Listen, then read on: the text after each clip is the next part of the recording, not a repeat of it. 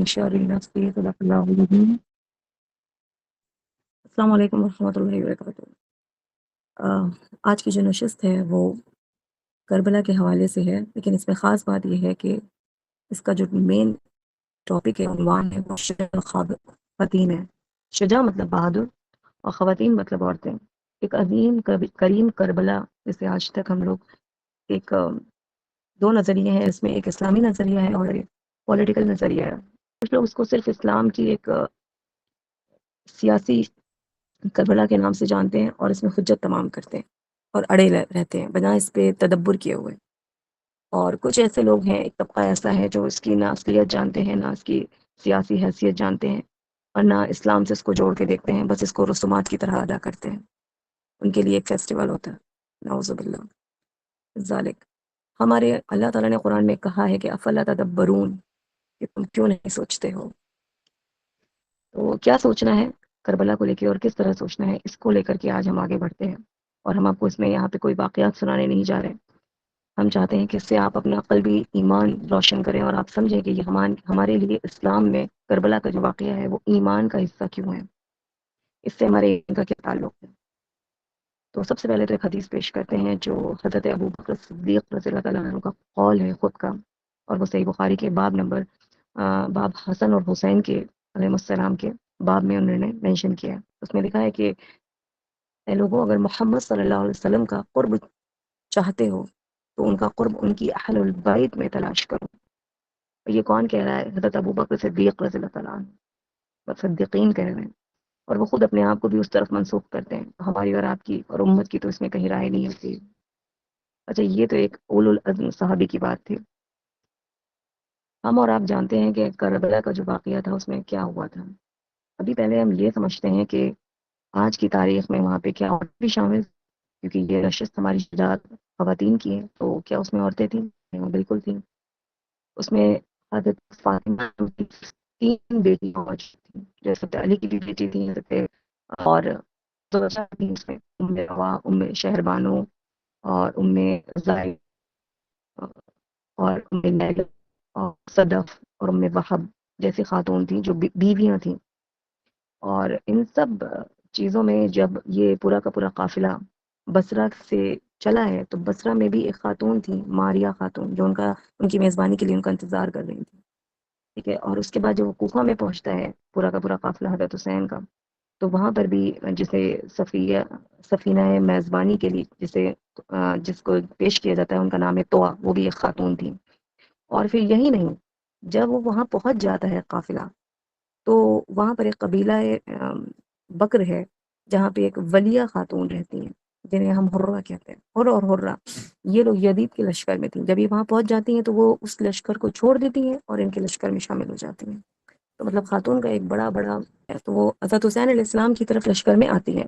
اب یہاں پر جو سب سے امپورٹنٹ خاتون ہماری نظر میں جو قریب ہیں ہم لوگوں سے، جن کو ہم لوگ حضرت علی بن ابی طالب کی بیٹی کے نام سے جانتے ہیں، جنہیں ہم حضرت زینب، سیدہ زینب کہتے ہیں، ان کے بارے میں اگر ہم تھوڑا سا سمجھ لیں اور پڑھ لیں تو ہمیں کافی آسانی ہو جائے گی کربلا کے واقعے سے اپنے آپ کو ریلیٹ کرنے کی، اور اپنے سے زیادہ اس وقت میں جو ہمارے سامنے ایک فرقان کھلا ہوا ہے جسے فلسطین کہتے ہیں، اور اسرائیل کی جو جنگ ہے آپس میں جو چل رہی ہے، تو بہت سارے لوگ یہاں پہ ایک دم ویسے ہی پریٹینڈ کرتے ہیں جو کربلا کو جس نظریے سے دیکھتے ہیں اسی نظریے سے وہ اسرائیل اور فلسطین کو بھی دیکھتے ہیں۔ اور خاتون اس میں دونوں ہی موقع پہ خاتون باہر ہو جاتی ہیں۔ کربلا میں بھی وہ نہیں جانتی کہ ہمارا کیا مقام ہے اور ہماری کیا اس میں انٹرپریٹیشن ہے، اور میری کیا پلیسمنٹ ہے، کیا ویلیوز ہیں، اور ہم اس میں کیا کردار ادا کر چکے ہیں یا کیا کر رہے ہیں، وہ وہاں سے بھی ہٹتی ہیں۔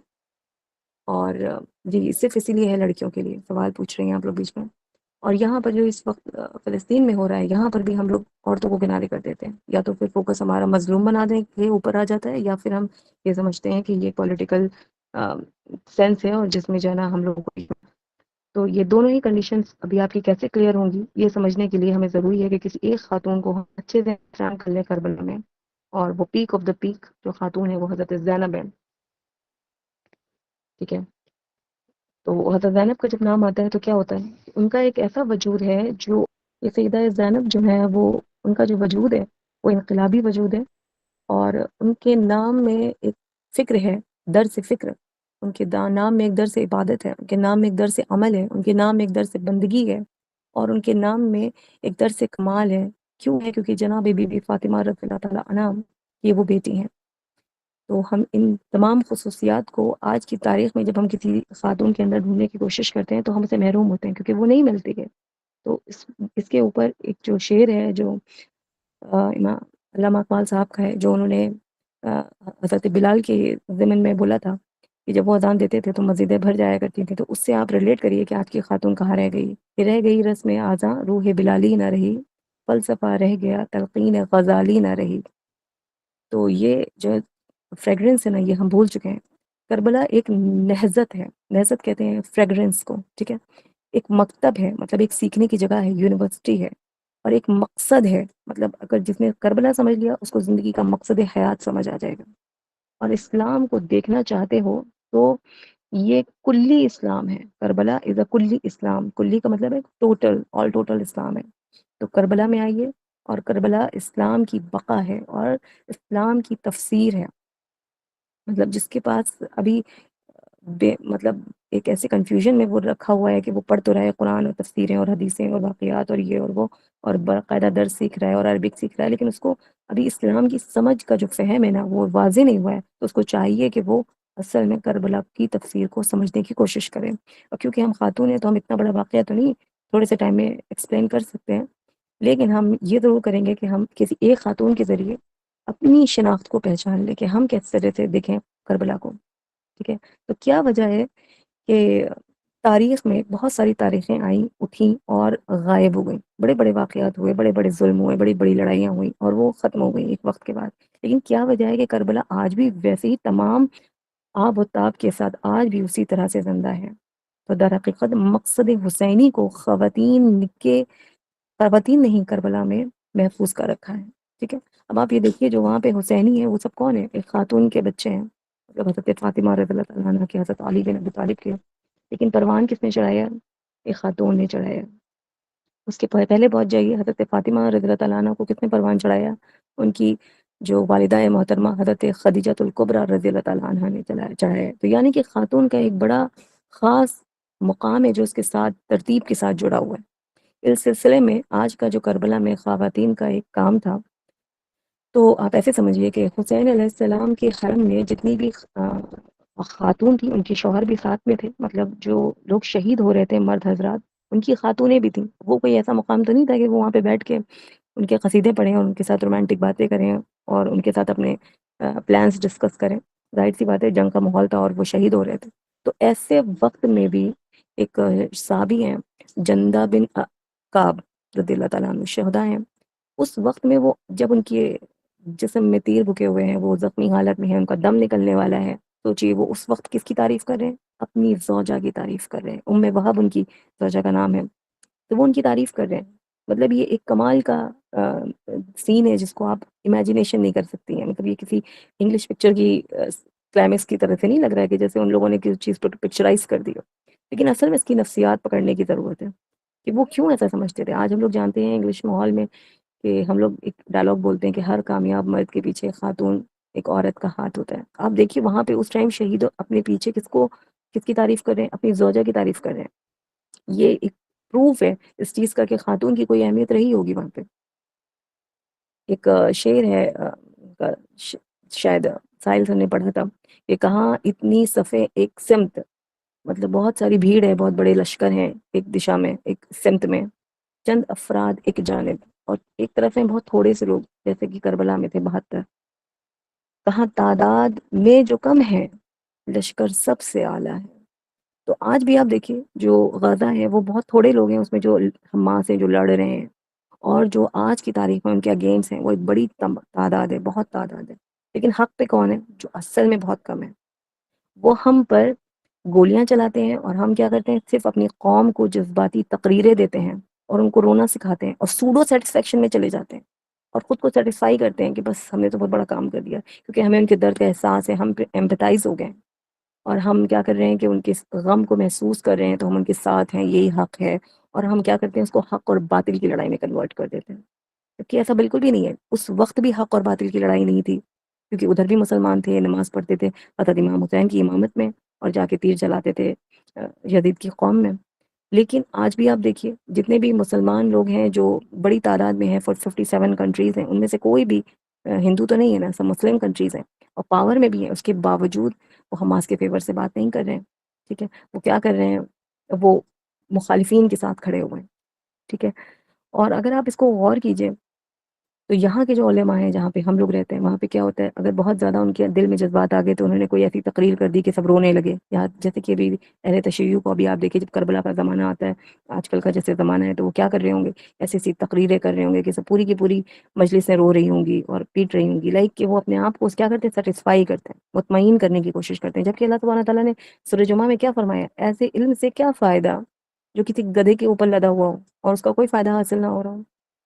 یعنی کہ علم کو عمل کی تکمیل تک پہنچانا ضروری ہے.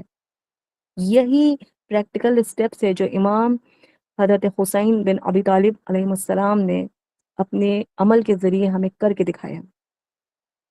کیونکہ کفر اور حق کربلا کی لڑائی نہیں تھی، جبکہ طاغوت کا آج کی ڈیٹ میں سب کو معنی پتہ چل گیا ہے، وہ اتنا کنٹروورشل ہو گیا.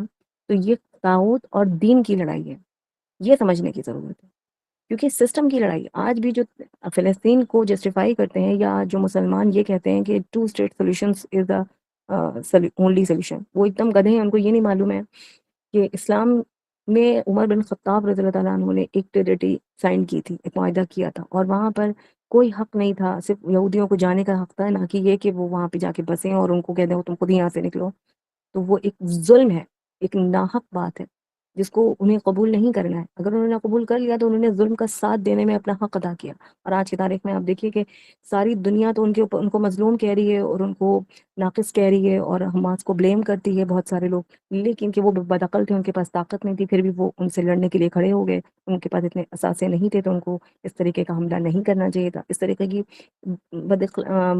مطلب لو ایمان کی باتیں کرتے ہیں. ٹھیک ہے، لیکن وہاں کے جو اصل میں لوگ قربانیاں دے رہے ہیں ان کو معلوم ہے کہ قربانیاں دینے سے انہیں کیا حاصل ہو رہا ہے. کیونکہ ان کو یہ معلوم ہے کہ لن تنالوا البر حتی تنفقوا تحبون مما تحبون، کہ تم ہرگز نیکی کو نہیں پا سکتے جب تک کہ تم اللہ کی راہ میں اپنی سب سے محبوب ترین چیز قربان نہ کر دو. تو جو وہ قربانیاں دے رہے ہیں اس سے کیا حاصل ہو رہا ہے، اس سے ان کو اللہ سبحانہ تعالیٰ کی قربت حاصل ہو رہی، ان کو اس سے تقویت حاصل ہو رہی، ان کے ایمان کا لیول بڑھتا چلا جا رہا ہے. اور ہم ان کو بیچارہ سمجھ رہے ہیں. وہ جیسے ہی فوت ہوتے ہیں وہ کہاں پہنچ جاتے ہیں، جنت میں پہنچ جاتے ہیں. جو بچ گئے ہیں وہ بھی کیا ہو جاتے ہیں، غازی بن جاتے ہیں. لیکن ان کو یہ نہیں معلوم ہے کہ ہم ان کو صرف مظلوم کی نظریے سے دیکھ رہے ہیں، کیونکہ ہم نے کربلا کو مظلوم کی نظریے سے دیکھا، اس لیے آج بھی ہم ان کو سمجھنے سے قاصر ہیں.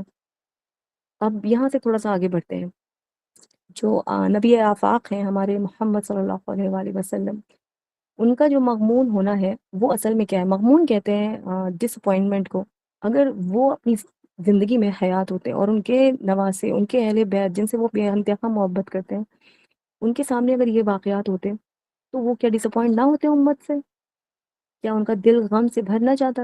اور آپ دیکھیے اس کی مثال حضرت عبداللہ بن عباس نے فرمایا کہ ٹھیک 10 محرم کو مجھے خواب آتا ہے اور اس میں حضرت رسول اللہ صلی اللہ علیہ وسلم تشریف لاتے ہیں، ان کے بال بکھرے ہوئے ہوتے ہیں، چہرہ گردآلود ہوتا ہے، اور میں گھبرا کے ان کو دیکھتا ہوں اور میں پوچھتا ہوں یا رسول اللہ کیا ہو گیا ہے؟ تو وہ ایک شیشی اپنی مٹھی سے نکال کے دیتے ہیں جو خون سے لبریز ہوتی ہے. کہتے ہیں میں صبح سے حسین کا خون بن رہا ہوں. لائک مطلب ان کو پتا ہوتا ہے کہ وہاں پہ کیا ہو رہا ہے، اور وہ اس کی بشارت دینے کے لیے آتے ہیں خواب میں حضرت عبداللہ بن عباس کو. ٹھیک ہے، اور وہ پھر اس دن اس بات کو، اس خواب کو نوٹ کر لیتے ہیں باقاعدہ. اور بعد میں 2 3 2.5 3 مہینے کے بعد جب انہیں پتہ چلتا ہے کہ ہاں کوفہ میں کربلا ہوئی تھی، کربلا میں امام حسین اس دن فوت ہوئی تھی، تو وہ پتہ چلتا ہے یہ وہ خواب سچا تھا اور رسول اللہ صلی اللہ علیہ وسلم کو کیا غم تھا. تو سوچیے جب خواب میں انہوں نے اپنے غم کو بتا دیا تو اپنی زندگی میں اگر وہ ہوتے تو ان کو کتنا غم ہوتا. اور آج ہم اسے جسٹیفائی کر کے بیٹھے ہوئے ہیں. یہ ایک بہت بڑا ظلم ہے جو ہم نے اپنی ذات پہ کیا ہے، ان پہ کچھ نہیں کیا، اپنے لیے بہت برا کیا ہے. کیونکہ حسین نے بتا دیا کہ بندگی کے پورے نظام کو جس طرح تجسیم کی ضرورت تھی وہ اگر حسین نہ آتے تو سامنے نہیں آتی. اب تجسیم کیا ہوتی ہے؟ تجسیم کہتے ہیں ایکسکلوشن کو. ٹھیک ہے، ایکسکلوشن جسے ابھی ہم نے طاغوت اور دین کے اس میں کہا نا، یہ وہی چیز ہے. تو ایک حدیث ہے یہاں پہ جامعہ ترمذی کی، حسین منی و انا من حسین، یہ ہے اس کا میننگ کہ حسین مجھ سے ہے اور میں حسین سے ہوں. اب آپ بتائیے کہ حسین مجھ سے ہے، یہ تو بات سمجھ میں آتی ہے کیونکہ وہ آل ہیں، ان کی بیٹی کے بیٹے ہیں تو ان کے نواسے ہیں تو ان سے ہو گئے، ظاہر سی بات ہے. لیکن وَأَنَا مِنْ حسین، انا من حسین یہ کہنے کے لیے ہر انسان کو سمجھنا پڑے گا، اس کی ڈیپ تھنکنگ کرنی پڑے گی، کریٹیکلی انالائز کرنا پڑے گا کہ کس طریقے سے ہم یہ کہیں کہ میں حسین سے ہوں۔ جب رسول اللہ صلی اللہ علیہ وسلم نے کہہ دیا کہ میرے جو حسن اور حسین ہیں ان سے محبت کرو، کیونکہ اللہ بھی تو ان سے محبت کرتا ہے، اور جو ان سے محبت کرے گا اللہ بھی ان سے محبت کرے گا۔ یہ بھی حدیث ہے، سنن ابی داؤد کی حدیث ہے، سنن نسائی کی حدیث ہے، بہت ساری جگہ پہ الگ الگ مینشن ہے۔ اور جس نے حسین کو قتل کیا اس نے واللہ محمد صلی اللہ علیہ وسلم کو قتل کیا۔ اس حدیث کی روح سے اگر آپ لگائیے لینس تو آپ کو پتہ چلے گا کہ ان لوگوں نے کتنا بڑا ظلم کیا ہے۔ کیا ہم اپنے نبی سے محبت نہیں کرتے؟ تو اگر میرے نبی کو کوئی قتل کرے گا تو کیا اس کے لیے میرے دل میں کوئی جگہ ہوگی، یا یہ ہمارے ایمان کا حصہ نہیں ہوگا؟ یعنی کہ کربلا ہمارے ایمان کا حصہ بن جاتی ہے، کیونکہ یہ سب سے امپورٹنٹ چیز ہے کہ رسول اللہ صلی اللہ علیہ وسلم نے کیا فرمایا تھا عمر بن خطاب سے کہ عمر تم اسلام کی شیرینی کو پا نہیں سکتے، مطلب پہنچ نہیں سکتے، ایمان تمہارا کامل نہیں ہو سکتا جب تک تم دنیا میں سب سے زیادہ، حتیٰ کہ اپنی جان سے بھی زیادہ، محمد صلی اللہ علیہ وسلم سے محبت نہ کرو۔ تو محبت صلی اللہ علیہ وسلم سے اگر ہوگی تو ان کی آج سے محبت نہیں ہوگی، جس کے لیے محمد صلی اللہ علیہ وسلم نے فرمایا کہ میں تمہیں اپنے اہل بیت کے بارے میں اللہ کا خوف دلاتا ہوں، اور جس کو میں محبت کرتا ہوں۔ تو اور حضرت ابوبکر صدیق جو ان کے ساتھی ہیں، ان کے دوست ہیں، ان کے بعد پہلے خلیفہ راشدین ہیں، انہوں نے کیا فرما دیا کہ اگر تمہیں چاہتے ہو کہ اللہ کی محبت ملے تو تمہیں چاہیے کہ حسن اور حسین سے، یعنی کہ اللہ کی اہل بیت سے محبت کرو، ان سے قرب کرو۔ یہ سب چیزیں جو کرنٹ سیناریو میں ہے نا، یہ ہم بھول گئے ہیں۔ اب یہاں پر ہم غازہ سے اس کو کیوں اٹیچ کریں؟ وہاں تو کوئی اہل بیت نہیں ہے نا، ٹھیک ہے کوئی بات نہیں۔ ابھی اب دیکھیے، ایک ہی لائٹ ہوتی، ایک کرنٹ جا رہا ہوتا ہے اور اس سے بہت سارے کلرز کی لائٹ جلتی ہیں، کوئی یلو جلتی ہے، کوئی بلو جلتی ہے، کوئی گرین جلتی ہے، الگ الگ ڈفرینٹ ڈفرینٹ کلرز ہوتے ہیں۔ کرنٹ ایک ہی ہوتا ہے، سوئچ ایک ہی ہوتا ہے، تار ایک ہی ہوتا ہے، کلرز الگ الگ ہوتے ہیں۔ اسی طریقے سے اسلام ایک ہی ہے، لیکن لوگوں نے کیا کیا، اس کے ڈفرینٹ ڈفرینٹ مذہب نکال دیے، ڈفرینٹ ڈفرینٹ فرقے نکال دیے، ڈفرینٹ ڈفرینٹ عقیدے نکال دیے۔ اس سے کیا ہو گیا، اسلام کا نام سب لیتے ہیں، غلطی پر سب کے سب جمع ہوئے ہیں۔ تو یہ ایک بہت امپورٹنٹ بات ہے جس کو ہمیں سمجھنا ہے کہ جب تک کہ ہم کسی کیریکٹر میں اپنے آپ کو نہیں سمجھ لیں گے تب تک کہ ہم اس کی حقیقت کو نہیں پہچان سکتے۔ تو اللہ اور اس کے رسول صلی اللہ علیہ وسلم، ان کے اہل بیت کی محبت میں غالب نہیں ہے اگر ہم، تو یہ سمجھ لیجئے کہ ان کا جو تعلق ہے وہ حسین سے نہیں بنے گا، اور جس کا تعلق حسین سے نہیں بنے گا اس کا تعلق رسول اللہ صلی اللہ علیہ وسلم سے نہیں بنے گا۔ یعنی کہ جس نے حسین کی محبت کو اس مقام پہ نہیں لے کے گیا جو اس کی جگہ ہے، جو اس کی قدر ہے، تو اس کا مطلب حسین اس کے لیے ایک امتحان بن گیا، نعوذ باللہ۔ اور جب امتحان بن گئے تو پھر وہ سمجھ جائے کہ اس کے اعمالوں کا کیا حشر ہونے والا ہے۔ اب یہاں سے ہم آگے بڑھتے ہیں، اور حضرت زینب کا خطبہ جو کربلا ہونے کے بعد جب وہ پہنچتی ہیں یزید کے دربار میں، تو وہاں پر ہوتا ہے۔ تو آپ دیکھتی ہیں کہ ایک عورت جس کا سب کچھ ختم ہو چکا ہے، ہم یہاں پر ابھی کربلا کے علاوہ یہاں کی جو عورتیں ہیں فلسطین کی، جب ہم ان کو غور سے دیکھتے ہیں تو ہمیں کیا چیز دکھائی پڑتی ہے؟ ہمیں دکھائی پڑتا ہے کہ ایک بھی عورت نے شکوہ نہیں کیا، کسی سے مدد کی بھیک نہیں مانگی، کسی کے سامنے بھی یہ نہیں جتایا کہ تم سب کی وجہ سے میرا سب بگڑ گیا، یہ نہیں کہا کسی نے، حماس والوں کو بلیم نہیں کرا، ٹھیک ہے۔ اب آپ یہاں سے دیکھیے کہ حضرت زینب نے کیا باتیں کری، یہ آج کے دور کی باتیں ہیں، سب ریکارڈڈ ہیں، آپ لوگ یوٹیوب پہ سب دیکھ سکتے ہیں کہ وہاں کی عورتیں کیا باتیں کرتی ہیں۔ جب دربار میں پہنچتی ہیں تو حضرت زینب کیا کہتی ہیں، مار چکے، تم نے مار دیا، یہ ایک طنز تھا، مار چکے، تم نے مار دیا۔ اور یزید کیا سوال کرتا ہے، ایک طنزیہ انداز میں کہتا ہے، بتا تیرے ساتھ تیرے خدا نے کیا کیا۔ آج آپ دیکھیے اسرائیل یا ویسٹرن کلچر، یا ابھی جو یہاں پہ ہنود کی سرکار ہے ہماری گورنمنٹ کی، جب آپ ٹویٹر پہ جائیے تو آپ نیچے دیکھیے کیا لکھتے ہیں، کہاں چلا گیا تمہارا اللہ؟ اتنے سال سے تو اسرائیل تم لوگ کو، 48 سے تم لوگ کو ستا رہا ہے، سن 48 سے پریشان کر رہا ہے، تمہارا خدا نہیں آیا تمہاری مدد کرنے کے لیے؟ یہ سیم جملہ یزید نے اس وقت حضرت زینب سے بولا تھا۔ تو حضرت زینب کیا جواب دیتی ہیں، وَلَا تَحْسَبَنَّ الَّذِينَ كَفَرُوا أَنَّمَا نُمْلِي لَهُمْ خَيْرٌ لَأَنفُسِهِمْ إِنَّمَا نُمْلِي لَهُمْ لِيَزْدَادُوا۔ یہ سورہ ال عمران کی انہوں نے آیت پڑھی، انہوں نے کوئی اپنا جواب نہیں دیا، انہوں نے کوئی اپنا جواب نہیں دیا، انہوں نے سیدھے سیدھے قرآن کی آیت پڑھی، کیونکہ قرآن تو سب کو پتا تھا نا، وہ مسلمان تھا یزید۔ تو آیت نمبر 178 پڑھی اس نے، ٹھیک ہے، سورہ ال عمران کی پڑھیے گا آپ لوگ۔ اس کا ترجمہ کیا ہے کہ کافروں سے اللہ تعالیٰ فرماتے ہیں، تو انہوں نے بھی وہی جواب دیا، اس کو کافر اس کو نہیں کہتے ہیں جو ہندو ہوتا ہے، کافر اس سے کہتے ہیں جو انکار کرتا ہے حق کا، ٹھیک ہے، حق کا انکار کرنے والوں کو کافر کہتی ہیں کہ کافر تم سمجھتے ہو کہ وہ ڈھیل جو تمہیں دے رہا ہے کہ مطلب خدا کہاں ہے، تم ایسے پوچھ رہے تھے نا، تو جو تمہیں ڈھیل دے رکھی ہے اور جو تمہیں آزادی دے رکھی ہے، یہ ان کے حق میں اچھا ہے؟ بلکہ ایسا نہیں ہے، تم نے تو ان کو مطلب ہم نے تو، یہ اللہ کی طرف جا رہی ہے بات، کہ اللہ کہتا ہے، اللہ فرماتے ہیں کہ میں نے ان کو اس لیے مہلت دے رکھی، اس لیے ڈھیل دے رکھی ہے تاکہ ان کے گناہ بڑھ جائیں۔ اب یہ جو سوال کا جواب اس کو ملتا ہے نا، کہ اس کو اتنی خطرناک جواب ملا ہے، انما نملی لہم یزدادوا اسما، کہ انہیں بے لگام اس لیے چھوڑا ہوا ہے تاکہ ان کے گناہ زیادہ ہو جائیں۔ تو یزید ہنستا ہے، ایسے ہی ہنستے ہیں آج بھی ہنود ہنستے ہیں، اچھا تمہارے پاس تمہارے خدا کی مدد نہیں آئی تو تم یہی تسلی دے لو، مطلب مذاق اڑاتے ہیں نا، اچھا میرا گناہ بڑھ جائے گا اور تمہارے تو سارے آدمی مر گئے، وہ یہی کہتے ہیں آج تو تمہاری نئی نسل انہوں نے واش آؤٹ کر دی، سارے کے سارے معصوم بچے سب ختم ہو گئے، سارے آدمی تمہارے مارتے چلے جا رہے، تمہارے پاس تو کچھ بھی باقی نہیں ہے۔ اب حضرت زینب کیا جواب دیتی ہیں؟ پھر سورہ ال عمران کی آیت نمبر 169 کو تلاوت کرتی ہیں، کیا کہتی ہیں؟ وَلَا تَحْسَبَنَّ الَّذِينَ قُتِلُوا فِي سَبِيلِ اللَّهِ أَمْوَاتٌ، کیا کہتی ہیں؟ اور وہ لوگ جو اللہ کی راہ میں قتل ہوتے ہیں، جن کو موت آتی ہے، بل احیاء عند ربهم یرزقون، یہ نہ سمجھو کہ جنہیں تم نے مار دیا ہے کہ وہ مر گئے ہیں یا مر جائیں گے۔ اللہ نے قرآن میں واضح طور پہ فرما دیا ہے کہ جو لوگ خدا کی راہ میں مارے جاتے ہیں، وہ ان کو مرا ہوا نہ سمجھنا، بلکہ وہ زندہ ہیں، خدا انہیں رزق دے رہا ہے اور وہ اپنا رزق حاصل کر رہے ہیں۔ جس کو رسول اللہ صلی اللہ علیہ وسلم نے کچھ اس طرح سے فرمایا کہ اِنَّ حسینی حرارۃ فی قلوب المؤمنین، کہ بے شک حسین یہ کسی گرمی کی طرح، کسی حرارت کی طرح، جیسے انسان کی زندگی میں جب تک روح ہوتی ہے نا، اس کے جسم میں کوئی ٹمپریچر محفوظ رہتا ہے، جب اس کی باڈی مر جاتی ہے، روح نکل جاتی ہے تو ٹھنڈی پڑ جاتی ہے، تو حرارت ایک زندگی کی علامات ہے۔ تو انہوں نے کہا کہ دلوں میں حضرت حسین علیہ السلام کی جو ایمانیات ہے، ان کی جو محبت ہے، وہ حرارت کرتی رہے گی مومنوں کے دلوں میں۔ اللہ اکبر، اور کبھی بھی مرنے نہیں دے گا اللہ اسے، یہ کس نے کہا ہے؟ وما ينطق عن الهوى، یہ کس نے کہا ہے؟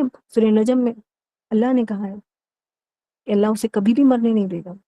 یزید اب یہ سب سن کر کے بوکھلا جاتا ہے، کیا کہتا ہے؟ کہا لگانے لگتا ہے۔ جب انسان نروس ہو جاتا ہے نا، تو یا تو خاموش ہو جاتا ہے یا عجیب حرکت کرنے لگتا ہے جو اس موقع کے منافق نہیں ہوتی، وہ خوب کہا لگاتا ہے، بدعقلوں والا کام کرتا ہے اور ہنس کر کہتا ہے کہ واللہ، اب یہاں پہ جو ہے نا، جو آپ ہسٹری پڑھیں گی اس کی، اس کے مطلب قلم سے لکھی ہوئی، تو آپ کو پتہ چلے گا کہ تاریخ میں لکھا ہوا ہے کہ لوگ جو وہاں پہ موجود تھے اس میں سے بہت سارے ایسے بھی تھے، مطلب جو اللہ والے تھے، اللہ والے تو خیر سبھی تھے، لیکن جو یہ پہچانتے تھے کہ حضرت زینب کون ہے، تو کہتے ہیں کہ اس نے کہا، یزید نے، کہ واللہ، اللہ کی قسم، جس طرح زینب بات کرتی ہیں یہ علی کی بیٹی لگتی ہیں، اور جس طرح جواب دیتی ہیں، مطلب کوئی بھی سوال کرو حاضر جوابی، اور کس چیز کا جواب؟ کوئی من سے جواب نہیں ہے، اتنا انٹلیکچوئل اور اتنا علم وسیع تر ہے کہ وہ ڈائریکٹ قرآن پیش کرتی ہیں، اس کی کوئی بھی کاٹ موجود نہیں ہے کسی کے پاس۔ اور زینب کیا فرماتی ہیں؟ ان للہ مشتاقہ و الیہ مؤولہ، مؤولہ، ٹھیک ہے، کیا مطلب؟ کہ میرا کوئی شوق نہیں ہے، مشتاق کہتے ہیں شوق کو، کہ میرا بے شک اللہ کے علاوہ میرا کسی طرف کوئی بھی شوق نہیں ہے۔ جیسے کہ آج آپ دیکھیے جتنی بھی خاتون ہیں جن کے بچے فوت ہو رہے ہیں، وہ کیا پڑھ رہے ہیں؟ حسبنا اللہ ونعم الوکیل، کہ میرے لیے تو اللہ کافی ہے۔ مطلب ان کو اسرائیل کے آگے گریا کرنا کوئی مطلب نہیں کہ تم نے ایسا کر دیا، یا ان کو عربس کے آگے کوئی گریا نہیں کرنا ہے کہ تم نے دھیان نہیں دیا اور تم مجھے ایک طرف دیکھ لو اور میں مظلوم ہوں اور میری مدد کرو، نہیں نہیں نہیں، بالکل نہیں، سیدھے اللہ سے کہتے بس تو میرے لیے کافی ہے۔ مطلب ان کی جو ڈپینڈنسی ہے کہ مجھے تم سے کچھ بھی لینا دینا نہیں ہے، میری ساری توقع اللہ سبحانہ تعالیٰ سے ہے، انہی کی طرف ڈپینڈنسی ڈال دی اپنی۔ اب اتنی بڑی بات ایک ایسی خاتون کہہ رہی ہیں جن کا سب کچھ دیکھنے میں ختم ہو چکا ہے، تو یزید کیا کہتا ہے؟ اپنے چاروں طرف دیکھتا ہے بڑے غور سے، اور دیکھنے کے بعد اس کی طرف دیکھتا ہے کہ تم بھی دیکھو کہ میرے پاس کیا میری خود کی طاقت ہے، کیا میں پاورفل ہوں، وہ خود کو محسوس کرا رہا ہوتا ہے نا۔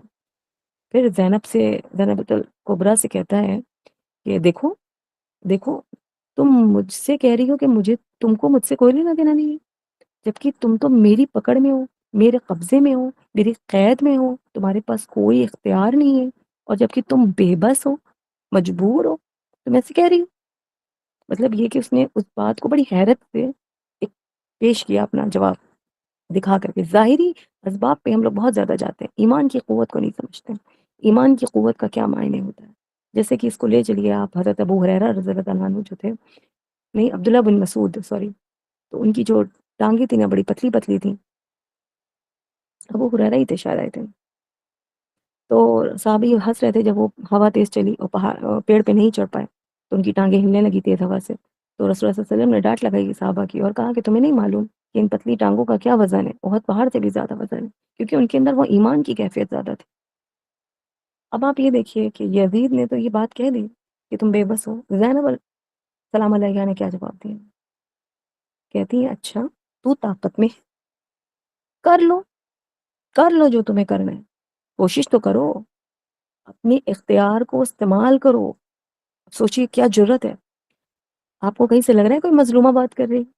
کوشش کرو، اپنے اختیار کو استعمال کرو، اپنی قوت کو استعمال کرو. پھر کہتی ہیں بار بار ایک ہی چیز کو فریز کرتی ہیں اور کہتی ہیں تو پھر بھی ہمارا ذکر کو نہیں مٹا سکتے، ہمارا ذکر کو، ہماری وحی کو جو قرآن کریم میں آئی ہے اس کو نہیں مٹا سکتے ہو. یہ جو تیری ساری حکومت ہے سمندر کے جھاگ کی طرح ہے جس کی کوئی خود کی حیثیت نہیں ہوتی. تو جو بھی تیری حکومت کے دن ہیں، مطلب ایک حکومت کر رہے ہیں تو کچھ دن کے ہیں، مطلب اس کی کوئی حیثیت نہیں ہے. اور تیرے جو درباری ہیں وہ گیدڑوں کی طرح ہیں، ایک دن ایسا آئے گا کہ تجھے چھوڑ کے بھاگ جائیں گے، لیکن ہمارا جو ذکر ہے وہ باقی رہے گا. دیکھیے کب وہ خطبہ دیا تھا، 1400 سال تو ہو گئے، اور آج تک وہ چیزیں باقی ہیں، ہمارا آپ ڈسکس کر رہے ہیں. اس کی حکومت کا کوئی جان لیوا نام لیوا کہیں ہے ہی نہیں، سلطنت بھی نہیں ہے. کہتی ہیں یہ جو کچھ تمہارے پاس ہے، سلطنت، طاقت، دن، لوگ، رسوخ، یہ سب دن بے معنی ہیں، بے حیثیت ہیں، اور یہ ہو جائیں گے بہت بے حیثیت بہت جلد، انتظار کرو. اب یہاں پر وہ ایک آیت کوٹ کرتی ہیں اور قیامت کی ایک آیت ہے اس کو پیش کرتی ہیں. اب ہم آپ اس کا خالی ترجمہ بتا دیتے ہیں کہ جب آواز دینے والا آواز لگائے گا کہ بے شک خبردار ہو جاؤ، کیا کہ ہر ظلم کرنے والے پر اللہ کی لعنت ہوگی اور وہ شدید عذاب میں ہوگا. کیا مطلب ہوا؟ لعنت اللہ من الظالمین، یہ تو اللہ نے فرما دیا، قرآن ہے. تو وہ یہ پھر قرآن پیش کرتی ہیں اپنی دلیل میں کہ یہ سچ ہونے والا ہے. دیکھو لعنت اللہ اللہ من القاسبین من الظالمین. اس وقت تک تم موجود ہوگے، اس وقت تک تم موجود ہوگے، مطلب اس انا کے ساتھ، اس ظلم کے ساتھ تم موجود ہوگے. لیکن پھر اس کے بعد کیا ہوگا؟ اس کے بعد تم ہم سے نہ کوئی عزت لے سکتے ہو، نہ کوئی شرف لے سکتے ہو، نہ کوئی مقام لے سکتے ہو، نہ کوئی چیز لے سکتے ہو. مطلب جب وہ وقت آئے گا جب اللہ تعالیٰ ظالموں کو پکڑے گا تو تمہارے اندر طاقت نہیں ہوگی کہ تم مجھ سے کچھ لے سکو، تم ختم ہو چکے ہو. یہ انہوں نے اس کا آئینہ دکھایا. اور تاریخ میں لکھا ہوا ہے کہ جو یزید کا خطبہ تھا وہ کہتا ہے کہ اٹھ کے چلا گیا تھا وہ، اور پڑھنے والے نے اس کا خطبہ ایسے ہی سرسری طور پہ پڑھ دیا. مطلب اس نے اپنی بات رکھی ہی نہیں آگے، اس کی زبان خاموش ہو گئی. اسے کہتے ہیں انٹلیکچوئل وار، جو حضرت زینب بنت علی نے کی تھی یزید کے دربار میں، جو آج کی خواتین کو ابھی بھی مضبوطی سے کرنا چاہیے. کیونکہ جب تک ہم فاطمہ اور زینب کی طرح مضبوط علم میں اور حیا میں اور کردار میں نہیں بنیں گے، تب تک کہ ہم اپنی نئی نسلوں کو حضرت حسین کی طرح پروان نہیں چڑھا سکتے. اور امت کو ضرورت ہے حسین کی. حضرت علی بن ابی طالب علیہ السلام اور حضرت زینب بنت علی بن ابی طالب سلام علیہ، یہ دونوں ہی میں ایک چیز کامن تھی. اسے کہتے ہیں جماعت سوری جمع ازداد کہتے ہیں. ازداد کہتے ہیں خصوصیت کو، ٹھیک ہے، اور جمع کہتے ہیں کمبائنڈ ہو جانے کو. اور از اور ازداد کا مطلب ہوتا ہے مختلف خوبیاں، مطلب جیسے ڈفرینٹ صفات کسی کے اندر کامل طور پہ جب آ جاتی ہیں، ٹھیک ہے، پوری طریقے سے جب شامل ہو جاتی ہیں تب اسے کہتا ہے. اس کو اگزامپل سے سمجھیے، جیسے علم اور حیا ایک ساتھ کمبائنڈ ہو جائے، کسی کے اندر نرمی اور سختی ایک ساتھ کمبائنڈ ہو جائے، کسی کے اندر جلال اور اس کا جو نرمی ہے وہ ایک ساتھ کمبائنڈ ہو جائے، ٹھیک ہے؟ جیسے کہ حضرت علی بن ابی طالب کے لیے کہا جاتا ہے کہ وہ اتنے سخی تھے، اتنے سخی تھے، اتنے سخی تھے، کوئی حد نہیں ہے۔ جیسے رسول اللہ صلی اللہ علیہ وسلم کی تربیت میں تو ظاہر سی بات ہے ان کا اثر آئے گا، لیکن جب دین کی بات آتی تھی تو آپ کو یاد ہے کہ جب خلافت راشدہ تھی دوسرے نمبر کی حضرت عمر بن خطاب کی، تو آپ وہاں پہ قاضی تھے، جنرل تھے، تو آپ کسی مہم پہ باہر گئے تو اس ٹائم پہ بیت المال کا سامان رکھا تھا، اس میں اونٹ بھی تھے، تو آپ نے سختی سے منع کیا کہ کوئی ان اونٹوں پہ سواری نہیں کرے گا جب تک کہ یہ تقسیم نہیں ہو جاتے، مطلب عدالت کی طرف سے، گورنمنٹ کی طرف سے، مطلب خلافت کی طرف سے آرڈر نہیں آ جاتا، کوئی اس پہ سواری بھی نہیں کرے گا۔ تو جب وہ چلے گئے تو ان کی ناموجودگی میں کچھ صحابیوں نے کیا کیا، اونٹ کی سواری کر لی۔ تو جب اونٹ کی سواری کر لی تو جب وہ پلٹ کے آئے تو ان کو پتہ چل گیا، مطلب ان کو خبر لگ گئی کہ کسی نے کیا ہے، بس ان کو پنش کر دیا انہوں نے۔ تو ان کی یہ شکایت کہ وہ بہت سخت ہیں اصول میں، حضرت عمر بن خطاب کے پاس پہنچتی ہے کہ علی جو ہے نا بہت سخت ہیں علیہ السلام، کہ خالی اونٹ کی سواری کر لی تھی، چرایا تو تھا نہیں، نہ لیا تھا، تو انہوں نے ہم لوگوں کو سزا دے دی، مطلب اس کا خمیازہ بھگتوا دیا، پلینٹی دے دی۔ تو کہنے لگے کہ اگر علی نے ایسا کیا ہے تو وہ بالکل صحیح کیا ہوگا، کیونکہ میں نے علی کو کبھی بھی رسول اللہ صلی اللہ علیہ وسلم کی بتائی ہوئی بات سے ایک ذرہ برابر بھی ادھر ادھر نہیں دیکھا، جو انہوں نے کیا تو وہی اصول صحیح ہے۔ اور اس کے بعد پھر سب خاموش ہو گئے۔ اسی سب سختیوں کی وجہ سے بھی بہت لوگوں نے حضرت علی سے بغض رکھا، یہ بھی ایک بہت بڑی وجہ تھی ان کے دور خلافت میں فتنوں کی، کیونکہ جو ان سے پہلے کی جو خلافت تھی حضرت عثمان بن غنی کی رضی اللہ تعالیٰ عنہ، تو وہ بہت ہی نرم دل تھے، ان کی نرمی میں وہ اعتدال نہیں تھا، ٹھیک ہے؟ تو ان کی نرمی میں کیا ہوا، جو ان کے جو رشتہ دار تھے وہ ان کے سامنے جب کوئی غلطی آتی تھی، کوئی کوتاہیاں آتی تھیں، تو وہ ان کو درگزر کر دیا کرتے تھے، مطلب ان کو وہ سخت سزائیں نہیں دیتے تھے، ان کی پکڑ نہیں کرتے تھے، اصول میں پکے نہیں تھے۔ ان کی جو نرمی تھی وہ ان کے اوپر اتنی زیادہ حائل تھی کہ وہ اس کی وجہ سے اپنی خلافت میں وہ فتنے، ان کے لوگوں کے اندر لینینسی پیدا ہو گئی اصولوں کو لے کر کے۔ یہ نقصان زیادہ پہنچا ہمارے حضرت علی بن ابی طالب کی خلافت راشدہ میں، کہ جب ان کی خلافت آئی تو وہ سختی کرتے تھے، مطلب سختی نہیں تھی، وہ اصل میں اصول پہ پیرابند تھے، تو لوگوں کو لگتا تھا کہ یہ صحیح نہیں ہے، مطلب یہ زیادہ سخت ہے۔ ان کے لیے بھی انہوں نے کافی بکس کیا، ہسٹری پڑھیے تو آپ کو پتہ چلے گا۔ یہاں پر جو ہمارا مکالمہ ہے وہ ختم ہو جاتا ہے، اور اس کے بعد اگر ہم کوئی بات اس سے اٹیچ کریں آج کل کے وقت کی، جو وعدہ سے ہم ریلیٹ کرنے کی بات کر رہے تھے، تو اس سے ہمیں یہ پتہ چلتا ہے کہ آج کل کی جو مائیں ہیں وہاں پہ جو ہیں وہ بھی وہی رول ادا کر رہی ہیں جو اس سے پہلے ہم نے آپ سے کہا تھا، کہ اگر یہ خواتین نے اسوانہ سنبھالا ہوتا تو آج حماس کے جو فائٹرز ہیں وہ موجود نہ ہوتے۔ کہیں کام تو کیا ہے خواتین نے، ٹھیک ہے؟ آج ہمیں اور آپ کو اپنے ملک میں، اپنے جہاں پہ بھی ہم رہتے ہیں، جہاں پہ بھی ہمارے آس پاس لوگ ہیں، یا جس جگہ پہ بھی آپ نظر اٹھا کے دیکھ لی، ایسی نہ مائیں موجود ہیں نہ ایسے بچے موجود ہیں۔ اور تھوڑا بہت ہم کریڈٹ دے سکتے ہیں کہ ہم اور آپ جو شعور کے ساتھ یہاں بیٹھے ہوئے کچھ اس نظریے کو ڈسکس کر رہے ہیں، تو کہیں نہ کہیں ہمارے والدین کا اس میں ہے، یا ہمارے اساتذہ کا اس میں ہاتھ رہا ہے کہ ہم یہ سب سوچنے کے قریب تر رہے، ابھی بھی اس کا حق نہیں ادا کر سکتے لیکن قریب تر پہنچ گئے ہیں۔ تو ہم اور آپ سے یہی چاہتے ہیں کہ جب غزہ کو دیکھیے تو وہاں پر یہ دیکھیے کہ خاتونوں کا جو رول ہے، اس کے لیے اب ہمارا جو ملک ہے وہ دوسرا غزہ نہ بن جائے، اس کے لیے بھی یہ ضروری ہے کہ ہم زینب کی طرح اپنے آپ کو تیار کریں، اور اپنی نسلوں کو بھی، اپنی بیٹیوں کو بھی اسی نہج پہ تیار کریں، اور اصل ضرورت ہے کہ اسی سیرت کے ساتھ کربلا کو بھی دیکھیں، اور آج کا جو ہمارا موقف ہے کہ غزہ کے ساتھ ہم اپنے آپ کو کیسے ریلیٹ کریں، کہ ہمیں صرف اپنے بچوں کو وہاں کی باتیں اور مظلومانہ طریقے سے ان کو نہیں سمجھانا ہے، ان کو یہ سمجھانا ہے کہ وہ جس طرح سے اپنے دین میں کامل ہو رہے ہیں، کامیاب ہو رہے ہیں، اور قربانی سے اللہ کی خوشنودگی حاصل کر رہے ہیں، حق کے اوپر جمے ہوئے ہیں، باطل کے سامنے نہیں جھک رہے ہیں، اس کے لیے حق کو پہچان کر کے حق کے ساتھ کھڑے رہنا استقامت کے ساتھ، یہ اصل میں کام ہے ہمارا، کہ ہم اپنے بچوں کو اور اپنے نسلوں کو، اپنے برادرز کو، اپنے بھائیوں کو، یہاں تک کہ خود اپنے آپ کو، اپنی بیٹیوں کو سمجھائیں اور وہ نظریہ دینے کی کوشش کریں۔ وآخر دعوانا ان الحمد للہ رب العالمین۔ السلام علیکم ورحمۃ اللہ وبرکاتہ۔ آپ لوگ کا کوئی سوال ہو تو آپ لوگ پوچھ سکتے ہیں۔